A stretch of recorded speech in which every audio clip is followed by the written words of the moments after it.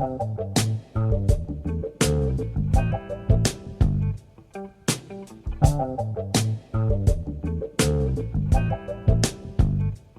guys, it's Jimmy, your author and narrator. Just a little house cleaning before we get into Act 3. I know we're all excited. Listen, you gotta listen to Act 1 and Act 2 or you're gonna be wicked lost in Act 3. Remember to subscribe and to leave a review on Apple Podcasts. That's enough from me. Let's get to the show. A Star is Born, Act 3. My mother was going through a glass cabinet. It's where she kept all the nice plates. Every mother's got one of these cabinets. Her family dog was right there beside her, Baron. He was growling at a drawer like something was in it. My mother went to inspect what the hell he was growling at. My mother opened up the drawer, and Baron got closer. She pulled out a yellow pair of dinner napkins. Baron barked. Then she pulled out a pair of light blue dinner napkins. Baron's bark got even louder, like somebody had just broken in the house. She went back into the drawer and she pulled out a light cream-colored napkin, and Baron sat down. My mother, confused, went back into the drawer again, and she pulled out a dark blue tablecloth. Baron growled. My mother went back in the drawer again and pulled out a light cream tablecloth that matched the napkins, and I shit you not, Baron sat down. Ricky took his TV from his house, and he would put it on the windowsill, facing outside. So he could be outside, watching his favorite VHS tape, Enter the Dragon. And he could smoke cigarettes, he could sit on his BMX bike, and he could practice his nunchucks. Mosey sat on the grass next to Ricky, completely in heaven, braiding leather bracelets for Ricky and his dirtbag friends. Here we are, Tuesday, June 13th, 1983. Father O'Connor had 2 weddings and a funeral that week, and the only time he could come and squeeze my mother in for an exorcism was today. Yeah, the same day the big Hollywood talent agent was supposed to arrive. Never, ever in my memory do I remember our house being so clean. It was immaculately clean. I remember Katie came home from school and she said, "Hey, Ma, the house is wicked clean." It was about 3 o'clock, maybe 3:30, when Father O'Connor arrived in his black sedan. He pulled up in front of our house. He had a black satchel with him. My parents came outside to greet Father O'Connor. After 53 Augusta Ave was got in pristine condition, Patty ordered us all to leave. It was the first and only time I saw a naked man cry while eating a filet-o-fish sandwich. We were living in a Best Western over by the Westgate Mall, or at least until Mr. Kerr showed up with his friend from what he called the coast, the big Hollywood talent agent. No souls were being saved in this house today. It would have to be done in the driveway. I don't know where it falls in the Bible or where the Vatican stands on this, but my parents lied to Father O'Connor and said the house was being sprayed for fleas, and for his safety, it'd be better if this procedure happened in one of the cars in the driveway. Mosey was already outside of the house talking with Ricky, leaning on his handlebars, gazing into his eyes as he sat on his BMX bike. My ma walked over to Mosey and Ricky and asked Mosey to join her over at the car in the driveway. Ricky followed along suspicious on his BMX bike. Father O'Connor was being a good sport. He was already in the back seat of the car going through his brown satchel. I saw him take a small plastic bottle of holy water out, and he had a Bible sitting already on his lap. My mother opened the back door of the car and asked Mosey to join Father O'Connor, as my father gave her a gentle push to get in the back of the car. Ricky rolled his bike even closer. Ricky began to freak out. He started swearing he wanted to protect his Mosey from her parents and from Father O'Connor. Mosey belonged to him. Nobody was going to hurt her or perform some weird religious spell on her in the back of a car in a friggin' driveway. Ricky had zero Zero respect for authority. He was raised like an animal.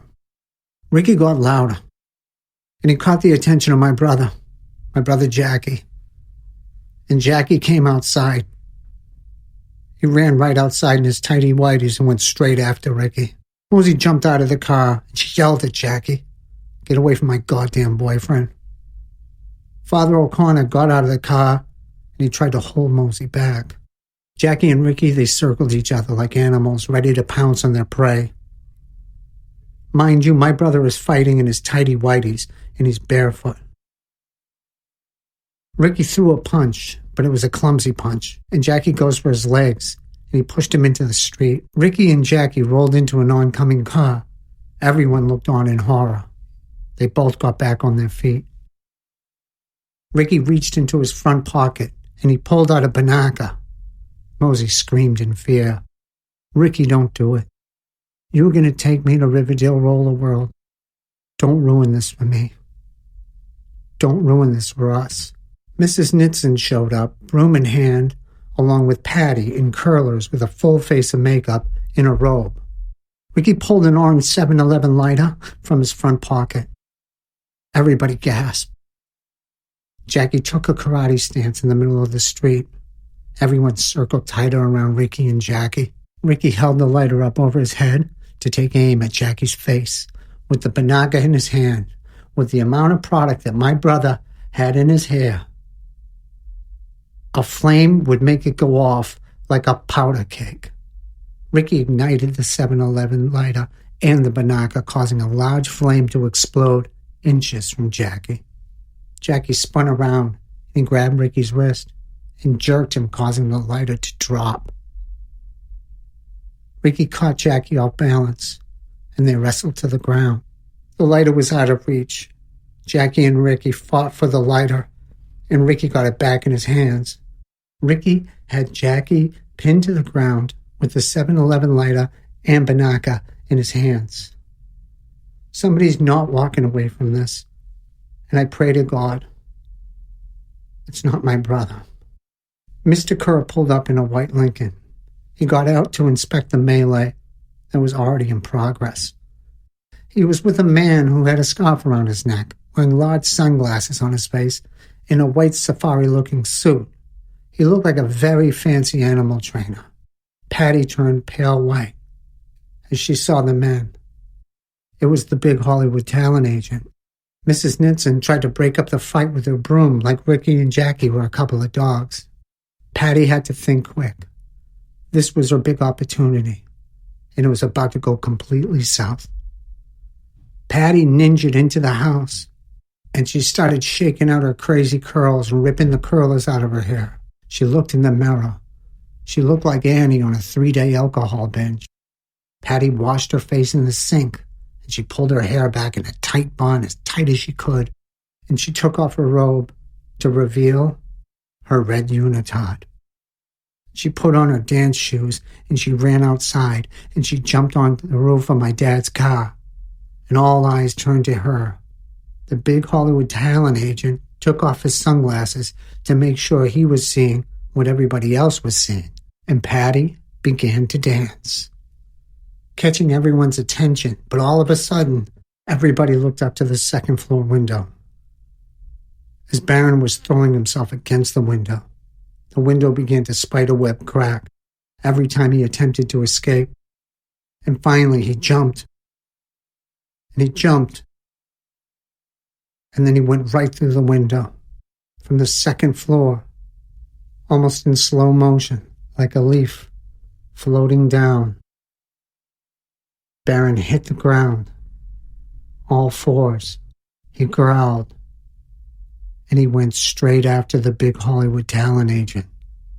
He jumped in the air and he grabbed him by his scarf and he yanked him down to the ground. And everybody ran over and watched in complete shock as Baron pulled at his scarf, tugging, jerking his head back and jerking his head back. And the big-time Hollywood agent started to flop around like a fish out of water. Then out of nowhere, Mrs. Nitzen appeared from across the street. She had her onions in her pantyhose. She put it over her head. She spun it around like a cowboy with a lasso, and she threw it. And it spun up in the air, and it flew across Augusta Ave and flew over all of our heads. The onions came hammering down from the sky right at Barron's head, and it knocked him off the big Hollywood talent agent. And my mother ran over to check on the big Hollywood talent agent, who lay there, unresponsive. And she put her mouth on his mouth and tried to perform CPR. She grabbed his wrist to check his pulse, but it was too late. He was dead.